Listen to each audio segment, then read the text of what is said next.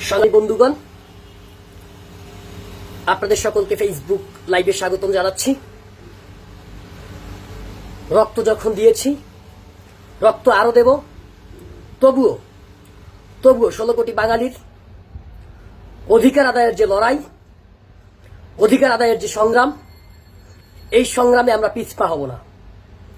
আজকে আমাদের কমপক্ষে 50 জন সহযোদ্ধা রক্তাক্ত, আহত, অক্সিজেন দিয়ে হাসপাতালের বেডে, ঢাকা মেডিকেল, গণস্বাস্থ্য সহ বাংলাদেশের বিভিন্ন মেডিকেলে হাসপাতালের বেডে কাতরাচ্ছে আমাদের সহযোদ্ধারা।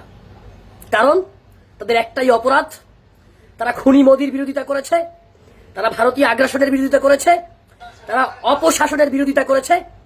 এই কারণেই আজকে আমার 50 জন সহযোদ্ধাকে মেরে রক্তাক্ত করা হয়েছে। আজকে আমার কমপক্ষে 50 জন সহযোদ্ধাকে পুলিশ অন্যায়ভাবে তুলে নিয়ে গেছে। আমরা শুনতে পেরেছি তাদের নামে মামলা দেওয়া হবে। ফেসবুক লাইভটি যে যেখান থেকে দেখছেন, যে যেখান থেকে দেখবেন, আপনাদের সবার কাছে অনুরোধ করব, সবাই আমাদের এই ফেসবুক লাইভগুলোকে 16 কোটি বাংলাদেশের কাছে পৌঁছে দিবেন। আজকে আমাদের সাথে এত বড় জঘন্যতম একটি ঘটনা ঘটে গিয়েছে, কিন্তু এখন পর্যন্ত বাংলাদেশের কোন ইলেকট্রনিক মিডিয়া এখন পর্যন্ত নিউজ করেনি। 2-1টা প্রিন্ট মিডিয়া নিউজ করেছে, সেগুলো আমাদের বিরুদ্ধে নিউজ করেছে, আমাদের পক্ষে নিউজ করেনি। আমাদের সহযোদ্ধারা তাদের জীবন বাজি রেখে তারপরে পুলিশের ভাইদেরকে বাঁচিয়েছে। সেই ছবি আমরা দেখেছি, প্রথম আলো ভাইরাল করেছে সেই ছবি। তারপরে আমাদের সহযোদ্ধাদেরকে বলা হচ্ছে তারা নাকি পুলিশের উপরে হামলা করেছে। ধিক্কার জানাই, একদল অনুপ্রবেশকারী আমাদের মিছিলের সামনে ঢুকে এই ধরনের সন্ত্রাসী কার্যক্রম করেছে। আমরা এর তীব্র নিন্দা এবং প্রতিবাদ জানাই। আসল ঘটনায় আসি। আজকে আমরা বলেছি যে আমরা সবসময় চেষ্টা করেছি দেশের মানুষের জন্য লড়াই করতে, সংগ্রাম করতে। আমরা সবসময় চেষ্টা করেছি। আমরা বলেছি যেই সময়ে বাংলাদেশের সমস্ত ইসলামিক দলগুলো চুপ করে আছে, বাংলাদেশের প্রগতিশীল রাজনৈতিক দলগুলো চুপ করে আছে, সেই সময় যেই সংগঠনটি এদেশের গণমানুষের অধিকার আদায়ের জন্য প্রতিবাদ করেছে, লড়াই করেছে, সংগ্রাম করেছে, সেই সংগঠনটি বাংলাদেশ ছাত্র এবং যুব অধিকার পরিষদ। সেই যুব এবং ছাত্র অধিকার পরিষদের আপনারা সবাই ফেসবুক লাইভটিকে শেয়ার করে দিবেন। সমস্ত গ্রুপে, আইডিতে যে যেখান থেকে দেখছেন, যে যেখান থেকে দেখবেন, সবাইকে বলবো 2300 ভাই দেখছেন, সবাই শেয়ার করে দিবেন। আজকে আমি আপনাদেরকে যদি আজকের পূর্ণাঙ্গ ঘটনা, আজকে যা ঘটেছে সেই নারকীয় ঘটনার পূর্ণাঙ্গ বিবরণ আমি এখন আপনাদেরকে দিব। সেটা হচ্ছে, গতকালকে আমরা ফেসবুকে বলেছি যে আমরা কসাই মোদি বাংলার মাটিতে পা রাখার আগেই আমরা প্রতিবাদ করব, আমরা লড়াই করব। আমরা আমাদের কথা রেখেছি। সেই কথা অনুযায়ী আজকে গুলিস্তান মুক্ত মঞ্চে আমাদের হচ্ছে পূর্ব ঘোষিত কালো পতাকা মিছিল ছিল। সেই মিছিল শুরু করার আগেই, সেই সকাল থেকে কমপক্ষে পুলিশের কয়েক হাজার সদস্য, ছাত্রলীগ, যুবলীগের কয়েক হাজার সন্ত্রাসী ওই মুক্ত মঞ্চ, ওই গুলিস্তান চত্বর দখল করে বসে আছে। আমরা চিন্তা করলাম, যেহেতু আমরা জনগণের অধিকার আদায়ের জন্য লড়াই করছি, জনগণের অধিকার আদায় করার জন্য মিছিল করছি, মিটিং করছি, সুতরাং আমরা আওয়ামী সন্ত্রাসীদের সাথে, ছাত্রলীগ, যুবলীগের সাথে এবং পুলিশ লীগ এবং পুলিশের সাথে আমরা কোনো প্রকার লড়াই সংগ্রামে যাব না। আমরা আমাদের আন্দোলনের রুট, আমরা আন্দোলনের গতিবিধি পরিবর্তন করলাম। আমরা আন্দোলনের স্থান পরিবর্তন করে আমরা সেখান থেকে হচ্ছে ওভারটেক করে বিজয়নগর পানির ট্যাঙ্কি থেকে আমরা আমাদের মিছিল শুরু করে আমরা কাকরাইল হয়ে আমরা হচ্ছে আপনার এইদিকে আপনার মতিঝিলের দিকে মিছিল করলাম।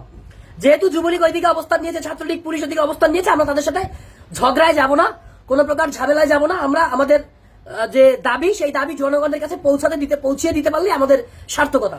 সেক্ষেত্রে আমরা রুট পরিবর্তন করলাম। কিন্তু পুলিশ আমাদের সামনে গিয়ে, পুলিশ এবং ছাত্রলীগ, যুবলীগের সন্ত্রাসীরা আমাদের সামনে গিয়ে সামনে থেকে হামলা করলো। পিছন দিক থেকে পুলিশ আমাদের উপরে আক্রমণ করলো। এখন আমরা ছাত্র মানুষ, আমরা 500-700 বা 1000 লোক ছিলাম। দুই দিক থেকে ছাত্রলীগ, যুবলীগ, পুলিশ যদি একত্রে হামলা করে, আমরা কোন দিকে যাব? আমাদেরকে বেধরম পিটিয়েছে। প্রথম দফায় পিটিয়েছে আমাদের মুমতাজুল, এরপরে হচ্ছে আমাদের ইসলামের একজন জনপ্রিয় স্কলার বাংলাদেশের, কি যেন নামটা, রফিকুল ইসলাম মাদানি। সেই মাদানিকে গ্রেপ্তার করেছে। আমাদের যুব অধিকার পরিষদের বেশ কয়েকজন নেতাকর্মীকে গ্রেপ্তার করেছে। আমাদের ছাত্র অধিকার পরিষদের নেতাকর্মীদেরকে গ্রেপ্তার করেছে। আমরা কিচ্ছু বলিনি। আমরা তার পরবর্তীতে আবার একটি মিছিল করেছি। যুব অধিকার পরিষদের বিপ্লবী আহ্বায়ক আতাউল্লাহর নেতৃত্বে আমরা পরবর্তীতে আরেকটা মিছিল করেছি। সেই মিছিলেও পুলিশ, ছাত্রলীগ, যুবলীগ যৌথভাবে হামলা চালিয়েছে। হামলা চালিয়ে আমাদের কমপক্ষে 50 জন সহযোদ্ধাকে, পুলিশ অলরেডি প্রথম আলোর কাছে স্বীকার করেছে যে তারা 33 জন সহযোদ্ধাকে আটক করেছে। তারা কমপক্ষে 50 জন সহযোদ্ধাকে আটক করেছে এবং তাদেরকে বেধরম পিটিয়েছে। এখন আমরা পুলিশের সাথে সংঘবদ্ধ বা সংঘর্ষে আমরা যেতে চাইনি। আমরা চেয়েছি পুলিশের কাছ থেকে আমরা এড়িয়ে যেতে, সংঘর্ষ এড়িয়ে যেতে। ছাত্রলীগের সাথে আমরা সংঘর্ষে যেতে চাইনি। তারপরে তারা জোর করে এসে সংঘর্ষ করেছে, জোর করে এসে আমাদের উপর আঘাত করেছে। আমাদের উপরে আঘাত করবে, আমাদেরকে মারবে। আমরা কি বসে বসে আঙুল চুষবো? আমরা কি আঙুল চুষবো? আমরা কি ভেসে এসেছি এই দেশে? ছাত্রলীগ, যুবলীগের সন্ত্রাসীরা এই দেশের মানুষ। আমরা কি এই দেশের মানুষ না? তাদের শরীরে রক্ত আছে, মাংস আছে, আমাদের শরীরে রক্ত মাংস নাই। সবাই ফেসবুক লাইভটিকে আপনাদের আইডিতে গ্রুপে শেয়ার করে দিবেন। এরপরে ডাকসু বিপি নুরুল্লাহ নূর তার উপরে টিয়ার গ্যাস নিক্ষেপ করেছে। সে কোথায় ছিল আমরা জানতাম না। আমরা 2 থেকে 3 ঘন্টা জানতাম না যে নুরুল্লাহ নূর কোথায় আছে।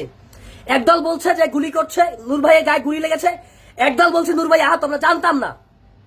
তারপরে নুরুল্লাহ নূরকে আমরা পেয়েছি, আল্লাহ আমাদের নিয়ে এখন মোটামুটি সুস্থ রয়েছেন। তিনি ফেসবুকে এসে দেশবাসীর উদ্দেশ্যে তিনি বক্তব্য দিয়েছেন, আহ্বান জানিয়েছেন যে আগামীকালকে শাহবাগে আগামীকাল 3টার সময় আবারও লড়াই হবে, আবারও সংগ্রাম হবে, আবারও লড়াই করব, আবারও রক্ত দিব। যতবার চায় এই আওয়ামী ফ্যাসিবাদ, যতবার চাইবে এই ছাত্র যুব শ্রমিক অধিকার পরিষদের প্রত্যেকটা সহযোদ্ধা তাদের বুকের তাজা রক্ত ঢেলে দিবে। এইগুলো আমাদের হামলার ঘটনা। পরে বিস্তারিত আবার বলছি। আরেকটি ঘটনা আপনাদেরকে বলি। এদিকে ঢাকা বিশ্ববিদ্যালয়ে ছাত্রলীগের সন্ত্রাসীরা সাংবাদিকদের উপরে অতর্কিত হামলা চালিয়েছে। প্রথম আলোর সাংবাদিক, আমার বন্ধু, খুব কাছের বন্ধু আসিফ ইমাদ্রিকে মেরে তার গাল ফুলিয়ে দিয়েছে। তাকে ঢাকা মেডিকেলে ভর্তি করা হয়েছে। বাংলা ট্রিবিউনের সাংবাদিককে হামলা করা হয়েছে। আজকে কি তাহলে সাংবাদিকেরা আওয়ামী লীগের শত্রু? সাংবাদিকেরা আওয়ামী লীগের শত্রু? আওয়ামী লীগের শত্রু সবাই? এই দেশে কি সবাই আওয়ামী লীগের শত্রু? 16 কোটি মানুষ আওয়ামী লীগের শত্রু? আওয়ামী লীগের এখন 16 কোটি জনগণকে দরকার নেই, কোনো প্রয়োজন নেই। 16 কোটি জনগণ তাদের প্রিয়জন না। তাদের প্রিয়জন হচ্ছে খুনি সাম্প্রদায়িক কসাই নরেন্দ্র মোদী। তাদের প্রয়োজন হচ্ছে খুনি সাম্প্রদায়িক নরেন্দ্র মোদী। আমরা বলেছি ভারত থেকে আপনারা যে কাউকে নিয়ে আসেন, আমাদের কোনো আপত্তি নাই, কিন্তু নরেন্দ্র মোদী যদি আসে সেই বিষয়ে আমাদের কথা রয়েছে, আমাদের প্রতিবাদ রয়েছে। নূর ভাই নিরাপদে আছেন, নূর ভাই ভালো আছেন, সুস্থ আছেন, আমাদের জন্য দোয়া করবেন। আপনাদেরকে আমরা প্রমাণ করে দিলাম, এই বাংলাদেশের মানুষের কাছে আমরা প্রমাণ করে দিলাম যে বাংলাদেশের মানুষের সাথে অন্য সমস্ত রাজনৈতিক দল, অন্য সমস্ত ধর্মীয় দল সবাই হচ্ছে প্রতারণা করতে পারে। সবাই বাংলাদেশের মানুষকে ওয়াদা দিয়ে বরখেলাপ করতে পারে, কিন্তু একমাত্র ছাত্র যুব শ্রমিক অধিকার পরিষদ কখনো বাংলাদেশের মানুষকে কথা দিয়ে সেই কথার বরখেলাপ করে না। আমরা কথা দিয়েছি সর্বশেষ সময় পর্যন্ত আমরা আওয়ামী ফ্যাসিবাদের বিরুদ্ধে, আওয়ামী স্বৈরতন্ত্রের বিরুদ্ধে, আমি ভোট ডাকাতের বিরুদ্ধে লড়াই করব। ঠিক তেমনি ভাবে এই নরেন্দ্র মোদীর বিরুদ্ধে আমরা সর্বশেষ সময় পর্যন্ত লড়াই করবো। আমরা কথা দিয়েছিলাম, আমরা লড়াই করেছি, আমরা কালকেও লড়াই করব। আবারও হামলা হবে, আবারও গ্রেপ্তার করবে। আজকে আমাদের সহযোদ্ধাদেরকে গ্রেপ্তার করেছে, কালকে হয়তো আমাকে গ্রেপ্তার করবে, বিপি নূরকে গ্রেপ্তার করবে, মাহফুজ খানকে গ্রেপ্তার করবে, সোহরাবকে গ্রেপ্তার করবে। গ্রেপ্তার করতেই পারে, তাদের হাতে ক্ষমতা রয়েছে, হয়তো রাতেও গ্রেপ্তার করতে পারে। কিন্তু আপনাদের উদ্দেশ্যে একটা কথা বলতে চাই, আপনারা ভয় পাবেন না, আপনারা ভয় পাবেন না। বাঙালি ভয় পায় না। আমরা যদি আপনাদেরকে কালকে মিছিলে আসার আহ্বান নাও জানাতে পারি, আপনারা যে যেখানে আছেন সেখান থেকে কালকে মিছিলে সামিল হবেন। আমার মাঝে আমাদের সাথে এখন উপস্থিত রয়েছেন বাংলাদেশ ছাত্র অধিকার পরিষদের বিপ্লবী ছাত্র নেতা, ঢাকা বিশ্ববিদ্যালয়ের মেধাবী ছাত্র মাহফুজুর রহমান খান, তিনি এখন আপনাদের মাঝে আজকের ঘটনার বিস্তারিত বর্ণনা দিবেন। অসংখ্য ধন্যবাদ আমাদের সংগ্রামী নেতা, বাংলাদেশ ছাত্র অধিকার পরিষদের অন্যতম যুগ্ম আহ্বায়ক মশিউর রহমানকে। আজকে আপনারা যারা লাইভটি দেখছেন, আপনাদের সবাইকে আমি স্বাগত জানাচ্ছি। দুঃখ ভারাক্রান্ত মন নিয়ে আমাদের লাইভে আসা। আজকে মশিউর রহমান একটি কথা বলেছে, আমার এখান থেকে আমার গাটা শিউরে উঠেছিল। তার মূল কারণটি হচ্ছে, মশিউর রহমান বলেছে হয়তো কালকে আমরা আপনাদের মুক্তির যে বার্তা, আপনাদের মুক্তির যে ডাক, সেই ডাকটি আমরা নাও দিতে পারি। কালকে এই মুদি, এই কসাই খ্যাত ভারতের গুজরাটের কসাই খ্যাত মুদির বিরুদ্ধে যে সংগ্রাম আমরা পরিচালনা করছি, সেই সংগ্রামের ডাক আমরা নাও দিতে পারি। কিন্তু আমাদের দাবি রয়েছে আপনাদের প্রতি, যারা বাংলাদেশপন্থী, যারা বাংলাদেশ জনগণের পন্থী, যারা বাংলাদেশ নামক রাষ্ট্রটির স্বাধীনতার সার্বভৌমত্বে বিশ্বাসী, তাদের প্রতি আমাদের অনুরোধ থাকবে, আপনারা আপনাদের স্ব জায়গা থেকে আপনারা রাজপথে নামবেন এবং সন্ত্রাসীর বিরুদ্ধে রুখে দাঁড়াবেন। সে ঢাকা বিশ্ববিদ্যালয়ের কথা তুলে ধরেছে, সে আরো আমাদের সহযোদ্ধাদের কথা তুলে ধরেছে। আমি গণস্বাস্থ্যে গিয়েছিলাম, আরো কয়েকটি মেডিকেল কলেজ হাসপাতালে গিয়েছিলাম। একটা দুঃখ ভারাক্রান্ত মন নিয়ে বলতে হয়, এই কিছু কুলাঙ্গার রাষ্ট্র ক্ষমতাকে দখল করে রেখেছে। আমরা পরিষ্কারভাবে বলতেও পারিনি যে আমরা অমুক হাসপাতালে ট্রিটমেন্ট নিচ্ছি, কারণ ট্রিটমেন্ট নেওয়ার কথা বললে ওই দালাল, ওই পুলিশ লীগ, যুবলীগ, ছাত্রলীগ, এই সন্ত্রাস লীগরা সেখানে অবস্থান করবে।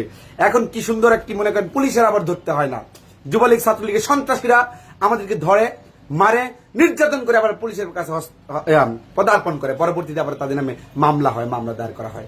আজকে অত্যন্ত দুঃখ ভারাক্রান্ত মন নিয়ে বলতে হয়, এই কুলাঙ্গার আওয়ামী লীগ সরকার মোদীকে দেশে আনার জন্য, নিজের গদিকে পাকাপোক্ত এবং শক্ত করার জন্য আজকে আমাদের 38 জন সহযোগীকে গ্রেফতার করেছে, না সরি, প্রায় 50 জন সহযোগীকে গ্রেফতার করেছে। 50 জন সহযোগীকে গ্রেফতার করেছে। আমাদের 42 জনের বেশি সহযোদ্ধা এখনো হাসপাতালে বেড়ে কাতরাচ্ছে।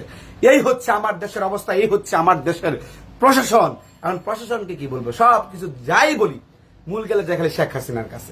যাই বলি অর্ডার আসে শেখ হাসিনার কাছ থেকে, মারো, ধরো, মারো, কাটো, নির্দেশনা সেখান থেকে। তার এই সুস্পষ্ট উদাহরণ আমি বলতে চাই, রাষ্ট্রের প্রত্যেকটা সিদ্ধান্ত মেকিং এ যখন বলে যে কোন জায়গায় সিদ্ধান্ত আসে, বলে আমরা আপার সিদ্ধান্ত ছাড়া আমরা কোনো কিছু দিতে পারি না। তাহলে আমরা কি এটা বুঝতে পারি না যে ছাত্র, যুব, শ্রমিক অধিকার পরিষদের নেতৃবৃন্দের উপর আতর্কিত হামলার মূল নায়ক, এই রাষ্ট্রনায়ক, এই দেশের মাননীয় প্রধানমন্ত্রী শেখ হাসিনা। ওনার অর্ডার ছাড়া গাছের পাতাও লড়ে না বাংলাদেশে। সুতরাং সেই জায়গায় আমরা বলতে চাই, আজকে যদি আপনারা ভেবে থাকেন বাংলাদেশে অনেক বৃহত্তর রাজনৈতিক দল রয়েছে, মত রয়েছে, ধর্মতাত্ত্বিক সম্প্রদায় রয়েছে, ধর্মতাত্ত্বিক রাজনৈতিক দল রয়েছে, আজকে দুঃখ ভারাক্রান্ত মন নিয়ে বলতে চাই, এই উগ্র সাম্প্রদায়িক মোদী আজকে দেশে আগামীকালকে আসবে স্বাধীনতার সুবর্ণ জয়ন্তীতে। সেই জায়গায় আপনারা বিভিন্ন সময় মূর্তি নিয়ে কথা বলেছেন, যৌক্তিকতা তুলে ধরেছেন, ইসলামী হাদিস মোতাবেক কথা বলেছেন, আমরা ওয়েলকাম জানিয়েছি যে হাদিসের মাধ্যমে সেগুলো পরিষ্কার হবে। কিন্তু আজকে যখন যে কসাই খ্যাত মোদী 2002 সালে আপনারা দেখেছেন মুসলমানদের কিভাবে নিধন করেছে, নির্যাতন করেছে, মেরে ফেলেছে, তার জন্য বহু বহিরাষ্ট্রে তাকে নিষেধাজ্ঞা করেছে। সে বিভিন্ন দেশে যেতে পারবে না, যুক্তরাষ্ট্র সহ আরো বিভিন্ন কান্ট্রিতে তার নিষেধাজ্ঞা ছিল। কিন্তু সেই নরেন্দ্র মোদীকে আজকে আমার দেশে স্বাগত জানাচ্ছে। আপনারা যারা ধর্মতাত্ত্বিক সম্প্রদায় রয়েছেন, যারা ধর্মতাত্ত্বিক রাজনৈতিক দল রয়েছেন, আপনারা কি করছেন আমার ভাবতে আজকে অবাক লাগে। আমার আজকে ভাবতে ধিক্কার জানাতে হয়, মোদী আমার দেশে আসবে, আপনারা কোনো প্রোগ্রাম দিচ্ছেন না, আপনার প্রতিবাদ গড়ে তুলছেন না। কিন্তু একটা জায়গায় আপনাদেরকে আমরা এনশিওর করতে চাই, জীবনের শেষ রক্তবিন্দু থাকাকালীন অবস্থায় পর্যন্ত এই ছাত্র যুব শ্রমিকরা লড়বে। আজকে দেখেছেন আমাদের নির্মম নির্যাতন নিপীড়ন করেছে, আমরা কি পিছু হটেছি? আজকে গ্রেফতার হয়েছে, কালকে আবারও গ্রেফতার হই, জানি না। মশিউর বলছে, আমিও আতঙ্কিত যে আজকে রাতের মধ্যেই ওই আমাদের যারা একটু প্রথম সারি নেতা চিনে টিনে এদেরকে মনে করেন আজকে রাতেই থাকে কিনা আল্লাহ মালুম। কিন্তু আমরা বিন্দুমাত্র পিছু হটবো না। আওয়ামী লীগের কারাগারে, এই আওয়ামী লীগ স্বৈরাচারের যে কারাগার, সেই কারাগারকে ভাঙচুর করে হলেও এই গণতন্ত্রকে আমরা পুনরুদ্ধার করব। আর তাদের গদি রক্ষার যে নীতি আমরা বলতে চাই, যারা বাংলার মা মাটির সন্তান, বাংলার মা মাটিকে ধারণ করেন, বাংলার ঐতিহ্যকে ধারণ করেন, স্বাধীনতা সার্বভৌমত্বে বিশ্বাস করেন, তারা কখনো এই ছাত্রলীগ কুলাঙ্গারদের মতো আজকে যারা মোদী বিরোধী প্রোগ্রাম করেছে, তাদের গায়ে যারা হাত দিয়েছে, তাদের অনুসারী হতে পারবেন না। কারণ বাংলার মা মাটির মানুষ যদি হয়ে থাকেন, অবশ্যই সন্ত্রাস মোদী কুলাঙ্গার মোদীর বিরুদ্ধে আপনাদের ভয়েসকে রেজ করতে হবে। আমরা বলতে চাই, আমরা বলেছিলাম যে আসেন ছাত্রলীগ আছেন, যুবলীগ আছেন, আপনারা আসেন, প্রয়োজনে আমরা খেলবো, আমরা দেখিয়ে দিয়েছি। কারণ বিন্দুমাত্র পিছু আমরা হটিনি। আজকে অত্যন্ত দুঃখ ভারাক্রান্ত মন নিয়ে বলতে হয়, আমার সহযোদ্ধারা বেড়ে কাতরাচ্ছে। একটা সংবাদ সম্মেলন করব, এত প্রিন্ট মিডিয়া, এত কিছু, ওই যে একবার খালেদা বলেছিল যে আমরা তো অনেক চ্যানেল দিয়েছি, প্রাইভেটাইজেশন করে দিয়েছি। আওয়ামী লীগ সরকার তো অনেক চ্যানেল প্রাইভেটাইজেশন করে দিয়েছে, কিন্তু আসলে কি প্রাইভেটাইজেশন হয়েছে, না আওয়ামী লীগ সরকারকে এই চ্যানেলগুলোকে কুক্ষিগত করেছে? আমরা যখন ফোন দিয়েছি, আমরা একটা সংবাদ সম্মেলন করবো, বলে তাদের উপর থেকে নিষেধাজ্ঞা রয়েছে। এখন একটি রাষ্ট্রের ভিত্তি প্রস্তরকে ঠিক রাখার জন্য ফোর্থ স্টেট হিসাবে গণমাধ্যমের উপর নির্ভর করে, কিন্তু অত্যন্ত দুঃখ ভারাক্রান্ত মন নিয়ে বলতে হয় যে রাষ্ট্র আজকে কতটুকু বিধ্বংসী পর্যায়ে গেলে রাষ্ট্রের প্রত্যেকটি স্তম্ভ ধ্বংস করে সর্বশেষ ফোর্থ স্টেট যাকে বলা হয় সেই গণমাধ্যমটিকে আজকে ধ্বংস করে দেওয়া হয়েছে। কারণ আমরা যখন ফোন দিয়েছি, আমরা সংবাদ সম্মেলন, তারা বলে আসা যাবে না, কোনোভাবে আসা যাবে না, উপরের নির্দেশনা আছে। তারা কি স্বাধীন? আজকে আমি 75-এর শাসন আমলের দু একটা কথা বলে শেষ করবো, খুব বেশি কথা বলবো না। আপনারা জানেন, আপনারা 75-এর শাসন আমল ছিল বাংলাদেশের সবচাইতে নিকৃষ্ট শাসন আমল। 74-এর শাসন আমল ছিল নিকৃষ্ট শাসন আমল, যে দুর্ভিক্ষে হাজার হাজার লক্ষ লক্ষ মানুষ মারা গেছে। রাষ্ট্রীয় পত্রিকা 4টা পত্রিকা ছিল, এর বাইরে কোনো পত্রিকা নাই। ওই মানুষ খাইলো না খাইলো কেউ নাই। কচুল্লতি সিদ্ধ করে পর্যন্ত মা তার সন্তানদেরকে মেরে ফেলেছে খাদ্য দিতে পারেনি বলে। সেই রাষ্ট্র ব্যবস্থা কায়েম হয়েছিল। আমরা বলতে চাই, আর আমরা বাংলাদেশে এই নৈরাজ্যমূলক রাষ্ট্র প্রতিষ্ঠা হোক সেটা চাই না। এমনকি আওয়ামী লীগ সরকারের প্রতি আমরা স্বনির্বদ্ধ অনুরোধ জানাতে চাই, আপনারা আরেকটি এই বাংলাদেশের দুর্বিষহ পরিস্থিতি সৃষ্টি করবেন না, যার দায় আপনাদেরকে গ্রহণ করতে হবে। 21 বছর পর ক্ষমতায় এসেছিলেন, ভুলে যাবেন না। 100 বছর, 121 বছরেও আপনারা ক্ষমতায় আসতে পারবেন না, বলে দিলাম। কারণ জনগণ যদি আপনাদের না চায়, আপনারা কখনো ক্ষমতায় আসতে পারবেন না। এই 2014-18 নির্বাচন ব্যবস্থাকে ভুলে গিয়ে গণতন্ত্রকামী মানুষের পাশে দাঁড়ান। আর কালকে আমাদের সহযোগিতাকে মুক্তির জন্য বলি নাই, আজকে সারা দেশের যে আপনার যে হৃদয় স্পন্দন ছিল, এই মা মাটির সন্তানদের কাছে গ্রেফতার করা হয়েছে, তারা হাসপাতালে বেডে কাতরাচ্ছে। সুতরাং তাদের মুক্তির জন্য হলেও, আপনার সন্তান হতে পারে, আপনার ভাই হতে পারে, আপনার দেশের সম্পদ হতে পারে, তারা আজকে গ্রেফতার হয়েছে, তাদেরকে নির্যাতন করা হয়েছে, নিপীড়ন করা হয়েছে, তার জন্য হলে আপনাকে রাজপথে নামতে হবে। সেই আশাবাদী ব্যক্ত করে আমি আমার বক্তব্য শেষ করছি। ভালো থাকবেন, সুস্থ থাকবেন সবাই। আপনাদেরকে একটা কথা বলি যে আজকে আমাদের কমপক্ষে হচ্ছে 50 জন সহযোদ্ধাকে তারা পিটিয়েছে, মেরেছে, 50 জন সহযোদ্ধাকে গ্রেপ্তার করেছে বা আটক করেছে। এখন পুলিশ হচ্ছে পিটিয়েছে আমাদের ছেলেদেরকে, আবারও বলছি, আমাদের ছেলেদেরকে, আমাদের মেয়েদেরকে পুলিশ পিটিয়েছে, আমাদের সহযোদ্ধাকে আটক করেছে। আবার পুলিশ আমাদের সহযোদ্ধাদের নামে মামলা দিবে। মানে ব্যাপারটা হচ্ছে এই রাষ্ট্রে ছাত্রলীগ, যুবলীগ, আওয়ামী লীগ, পুলিশ লীগ সবাই মিলে আপনাকে পেটাবে, আবার আপনার নামে মামলা করবে। তাহলে আপনি কার কাছে বিচার চাইতে যাবেন? এই রাষ্ট্রে আপনি কার কাছে বিচার চাইবেন? আপনাকে মারবে, আবার আপনার নামে মামলা করবে। আপনাকে পিটিয়েছে, আপনার নামে মামলা করবে। তাহলে এই রাষ্ট্রে আমরা ন্যায় বিচার কোথায় পাবো? এই রাষ্ট্রে আমরা ন্যায় বিচার কোথায় পাবো? আজকে যদি বাংলাদেশে আপনি সত্য কথা বলেন, ন্যায়ের কথা বলেন, আপনাকে এইভাবে মার খেতে হবে। আপনি যদি দালালি করেন, আপনি যদি আপোষ করেন, আপনি যদি ফ্যাসিবাদের দোসর হন, স্বৈরাচারের দোসর হন, আপনি রাজার হালে থাকতে পারবেন। সুতরাং এখনই আপনাদেরকে সিদ্ধান্ত নিতে হবে যে 30 লক্ষ শহীদের রক্তের বিনিময়ে যে বাংলাদেশ আমরা পেয়েছি, 2 লক্ষ মা বোনের ইজ্জতের বিনিময়ে আমরা যেই বাংলাদেশ পেয়েছি, সেই বাংলাদেশে এই ধরনের অন্যায়, অপশাসন, অনিয়ম চলবে নাকি জনগণের শাসন চলবে? সেই বাংলাদেশে 98%, 90% মুসলমানের মতামতকে উপেক্ষা করে একজন হিন্দুত্ববাদী, কট্টর হিন্দুত্ববাদী, সাম্প্রদায়িক একজন মৌলবাদী নরেন্দ্র মোদীকে নিয়ে আসা হচ্ছে। 90% মুসলমানের মতামতকে উপেক্ষা করে, 16 কোটি মানুষের মতামতকে উপেক্ষা করে নিয়ে আসা হচ্ছে। তাহলে আপনাদেরকে সিদ্ধান্ত নিতে হবে, এই রাষ্ট্রে 90% মানুষ আপনারা উপেক্ষিত থাকবেন নাকি ওই 10% কর্তৃক আপনারা শোষিত হবেন? যদি মনে করেন যে এই 90% লোকের শাসন করার যে বাংলাদেশ, 90% লোকের প্রতিনিধিত্ব করা যে বাংলাদেশ, সেই বাংলাদেশ আপনারা বিনির্মাণ করতে চান, তাহলে রাজপথে আসুন। রাজপথ ছাড়া কোনো মুক্তি নাই। মুক্তির পথ একটাই, সেই পথের নাম রাজপথ, রাজপথ এবং রাজপথ, শুধুই রাজপথ। আগামীকালকে 3টায় আমরা মার খেয়েছি। আজকে আপনাদেরকে আহ্বান জানাচ্ছি, যদি আপনারা আমাদেরকে ভালোবেসে থাকেন, আমাদেরকে পছন্দ করে থাকেন, যদি মনে করে থাকেন আমরা আপনাদের প্রতিনিধি, আপনাদের ভাই হিসেবে আমরা কথা বলি, আপনাদের ভাই হিসেবে আমরা প্রতিবাদ করি, তাহলে আগামীকাল 3টায় শাহবাগে অবশ্যই চলে আসবেন। আমরা আমাদের জীবনের সর্বশেষ রক্তবিন্দু দিয়ে প্রতিবাদ করব, লড়াই করব, সংগ্রাম করব। সেই লড়াইয়ে সেই সংগ্রামে আপনাদের সকলকে আমাদের পাশে চাই, সাথে চাই। এই প্রত্যাশায় আজকের এই ফেসবুক লাইভটি এখানেই শেষ করছি। আল্লাহ হাফেজ। দেখা হবে রাজপথে, কথা হবে স্লোগানে।